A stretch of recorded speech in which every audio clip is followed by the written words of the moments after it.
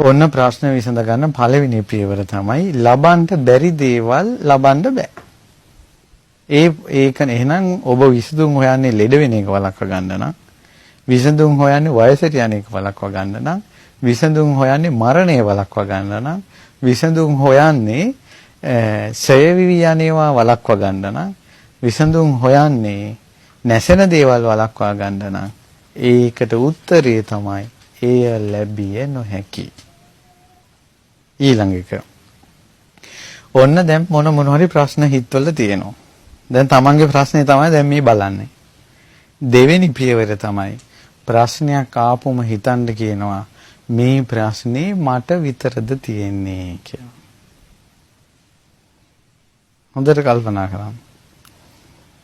ස්වාමියා නිසා බිරිඳ විඳවනවා නම් ඒ ප්‍රශ්නේ එයා විතරද මේ තුන් ලෝකෙම එයාට විතරද ඒ ප්‍රශ්නේ ආවේ? රැකියා ස්ථානයේ ප්‍රශ්න නම් මේ තුන් ලෝකෙම රැකියා ස්ථානයේ ප්‍රශ්න තියෙන්නේ මට විතරද? ගෙදර ප්‍රශ්න නම් මේ තුන් ලෝකෙම ගෙදර ප්‍රශ්නයක් තියෙන්නේ මට විතරද? දරුවෝ නැත්තම් මේ තුන් ලෝකෙම දරුවෝ නැත්තේ අපිට විතරද? ඊළඟට එක එක කෙනෙහිරි කන්න එක එක්කෙනාගේ මේ ලෝකේ සතුරු කරදර මට විතරද? රස්සාවෙන් ඉහළට යන්න බැරි නම් මේ ලෝකේ රස්සාවෙන් ඉහළට යන්න බැරි එකම කෙනා මං විතරද? අම්මලා තාත්තලා මෙයා උඹ ඵලයන් කියලා ගෙදරින් පන්නලා දාලා නම් ගෙදරින් පන්නපු පළවෙනි දරුවා මන්ද? පැහැදිලි නේද? ඊට පස්සේ කල්පනා කරන්න ඕන ප්‍රශ්නයක් ආපුවාම ඔන්න ඒ පොයින්ට් එක හොඳට මතක තියාගන්න. ප්‍රශ්නයක් ආපුම හිතන්න ඕන ප්‍රධාන කාරණයක් මතක තියාගන්න. ඒ තමයි මේ ප්‍රශ්නේ ආවේ මට විතරද කියලා. මේක පුදුම සැනසෙල්ල ප්‍රශ්නයකට මුහුණ දෙන්න ඕන. මේක හිතනකොටම සැනසෙල්ලක් එනවා. ඇත්තටම කී දෙනෙක් ඉන්නවද අප්පා එකම ප්‍රශ්නෙන් විඳවන? මේ ලෝකේ ප්‍රශ්න වැඩි වෙන්න තමන්ගේ හිත පෑරි යන්න ප්‍රධානම බලපාන එකක් තමයි හිතනවා මට විතරයි මේ ප්‍රශ්නේ. මං විඳින දුක දන්නේ මං විතරයි.